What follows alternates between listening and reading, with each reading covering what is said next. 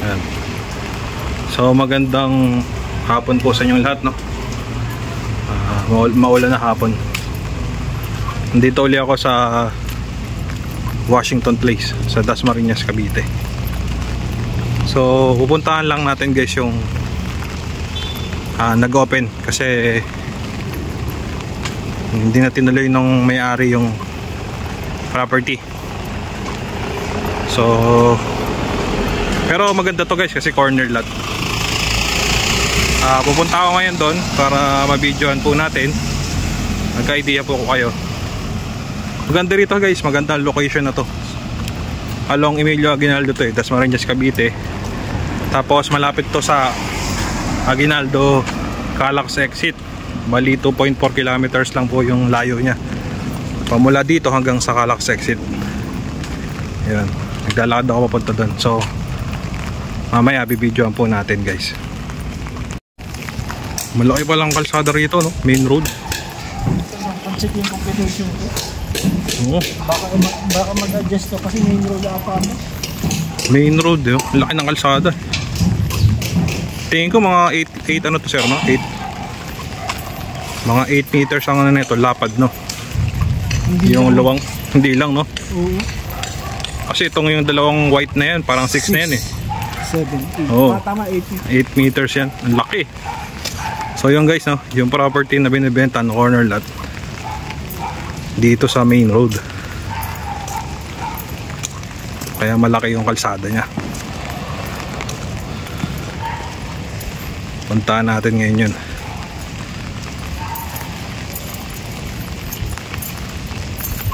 Na-vlog ko na dati to, pasalo. Kaso sabi may nakakuha daw, pero hindi naman pala. Na forfeit, napunta uli sa Santras. Kaya ito, binibenta na uli ng Santras guys. Maganda to kasi sa Santras kasi meron ano siya, flexible yung payment terms.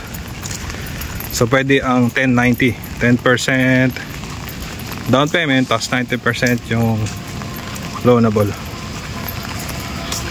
Sir, maganda, no? May nag-robing din na mga guard. So secured kayo rito guys. Ito mismo. Oh, ito yung property, ano. Winona to, di ba? Winona model. Winona. Tapos corner lot. 211 yung lot. 211 square meter. Ang laki kasi sa kabila may kalsada din siya papunta rin sa labas. So side to side.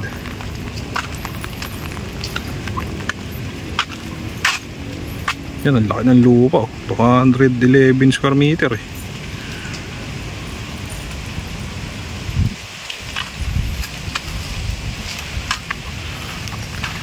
Dito may kalsada rin dito papalabas. Ayan. Yung banda ron, doon yung ginagawang ano eh, condominium. Yun, laki ng lupa, oh. Oh. Ang laki. So dito tayo sa kabilang angulo guys, no? Check natin yung lapad, no? Ay luwang pala. Ito yung katabi ng bahay. Corner din yan eh. Ito yung may kabila. Ito yung binibenta, yung walang bakod.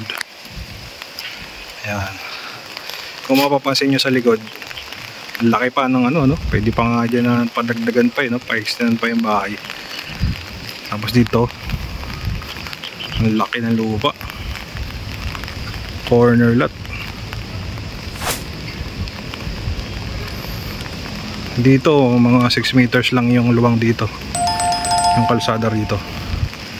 Pero sa main, sa harap, ang laki, ang luwang eh. Oh, ang luwang ng kalsada eh. Tapos yan yung property, corner lot eh.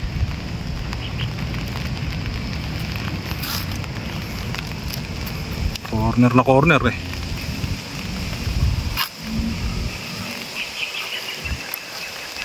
Ano ko lang, ginaganda ko lang yung angle para makita nyo guys. So yun po, no, ang total contract price nito guys nasa 8 million. So ipa-flash ko dyan sa screen kung magkano, no. So pwede rito ang 10% na down payment. Yan. Tapos ipa-flash ko rin sa screen kung magkano yung down payment niyan, 10%. Ngayon, kung ma-approve kayo sa bank financing or in-house financing, pwede kayong makalipat na rito. Dito sa corner lot na Winona model, single attach. Yan. Okay. So ipa-vlog na po natin, no, yung buong surroundings. Although napakita ko na sa inyo yung bawat angle, pero mas lalo pa natin lalapitan to para makita nyo, magkaroon po kayo ng idea. So yun po, umpisa na po natin. So ito pala guys, no, pag binili nyo siya ng cash, diba, ang total contract price niya is 8 million, meron siyang discount sa contract price na 10% discount. Ayan, makakabawas din yun pag kinash nyo siya. Ayan, tsaka kagandaan nito kasi ito ay naka-subdivide na. Lahat ng block and lot po rito ay naka-subdivide na po siya. Meron na siyang ready title. So malinis to, clean title to guys. So mas madali itong maipa-transfer sa name ninyo once na kukunin nyo po itong property ito. Yan. Yun po ang kagandaan dito. Yan. So yun po. So nandito tayo sa bungad, no. Kung mapapansin nyo guys, malaki pa rin yung espasyo ng lupa rito sa harapan. Ayan, malawak pa. Tapos dun sa kabila yung pa corner.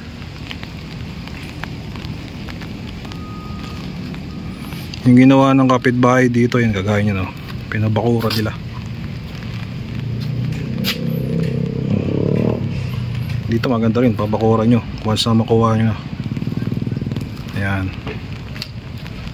So check natin yung buong surroundings.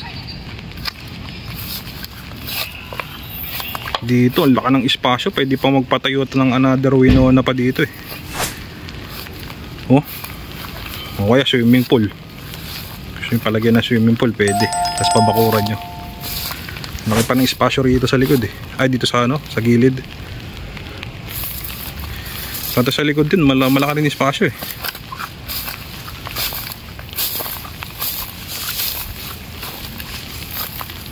Oh, sobrang laki. Tapos kagandaan, dahil meron ng mga kapitbahay nagpabakod na mataas, oh, hindi na yung papabakod. Pati sa kabila, oh, dadagdagan nyo na lang.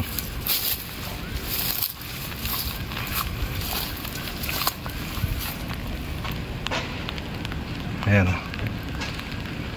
na 4 feet lang to guys eh, kaya bumalik uli sa Sandras. Mga pala dito, mayroon na siyang ano, no, connection ng tubig, no? Tapos may connection na rin to ng ilaw. May connection to sir, no? So, para sa electricity. Oo, meron. Kompleto na. So yun, papasok na tayo sa loob guys para makita nyo po yung loob nito. Maganda to kasi ano eh, na napabago ng konti naman nung mismong dating owner. Ayan. Kasi yung tiles niya upgraded eh, oh. Ibang tiles to eh. Ayan. Tapos merong window dito. Ganun dito sa kabila. Ayan. So ang total contract price nito guys, no, nasa 8 million plus. So ipa-flash yung sa screen para magka-idea po kayo magkano yung price nito. So yun nga, pwede rito ang 10% na down. Tapos pwedeng makalipat, magbabayad na kayo ng 10% down. Pag kinash nyo yung 10% down, meron din siyang discount na 7% upon reservation fee within 30 days. Ayan. So ito yung sa ilalim ng sink.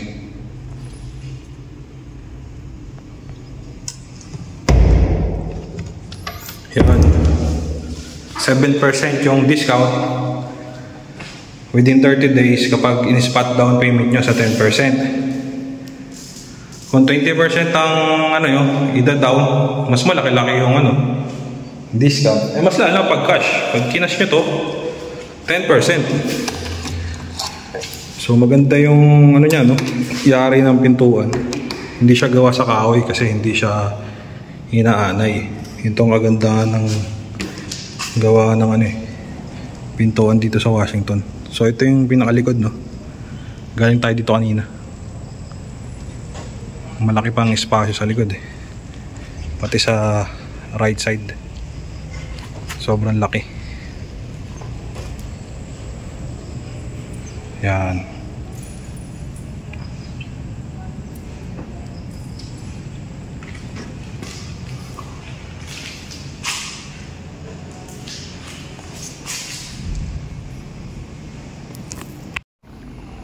So dito naman sa kabilang angle, minibidyo lang natin sa guys, no? Para makita nyo yung buong angle ng ground floor. Ito ginawa na model. Yan. So, may spasyo pa dito sa ilalim. Parang maliit na storage, pwedeng lagyan ng pintuan yan maliit na pintuan. Tapos dito, ito yung toilet and bath sa ground floor. Yan. Bagong-bago pa yung ano. Hindi pa masyado itong nagamit nung dating may-ari. Ayun yung pinaka-shower. Tapos meron siyang exhaust window. Yan.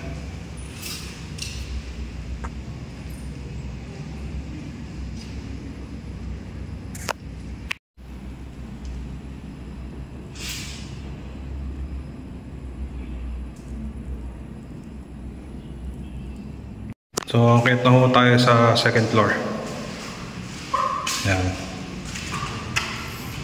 So, available po to sa ano, no? Sa bank financing or in-house financing. Yan.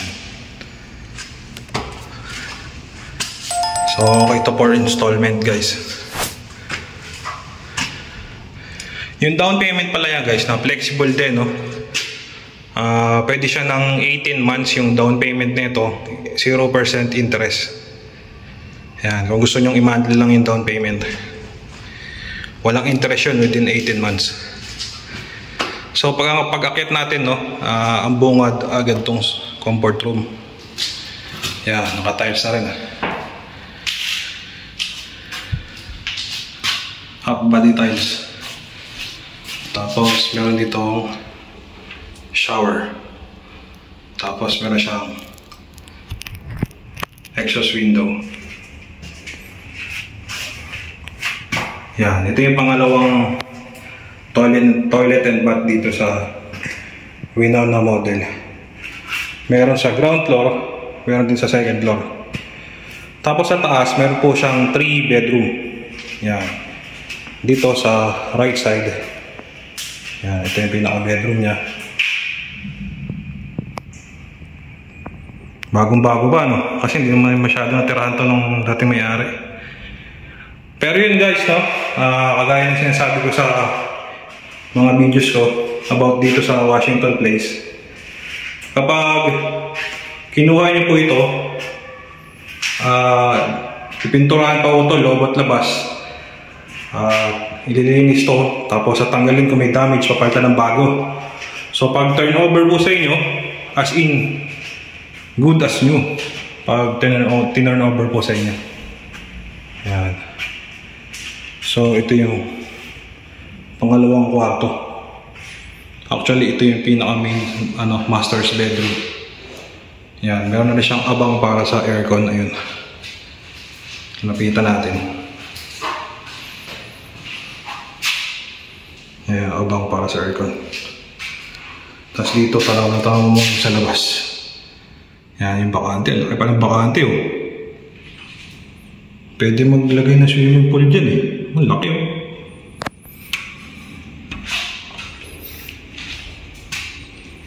Yan.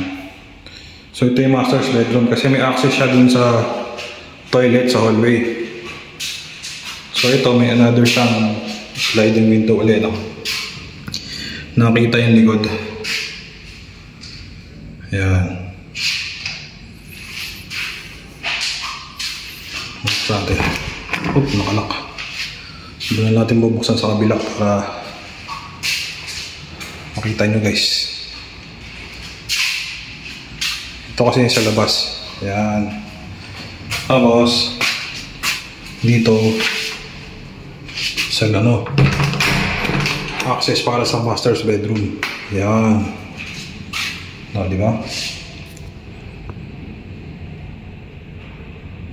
Malaki-laki rin yung master's bedroom niya. Yung pinakasukat. Dalawa yung pintuan niya, no? Pwede mo ipadlock dito kapag magsi-CR ka. Pati rito sa kabila. Yan. So, check natin yung last na kwarto. So, 3 bedroom lang to, no? Sa second floor. So, ito yung last. Ang flooring pala niya guys, no, vinyl. Sa ground floor, naka-tiles. Dito sa second floor, vinyl. Yan. Meron siyang dalawang sliding window. Ito sa left side. Tapos ito naman yung sa right side. Yan. Ang laki ng kalsada, no?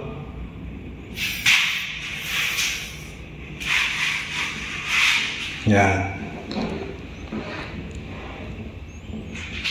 So yun po, no? Kung interested po kayo rito, ipa-flash yung aking number. Tawagan nyo o puntahan natin ito ng personal para makita nyo po ito ng personal.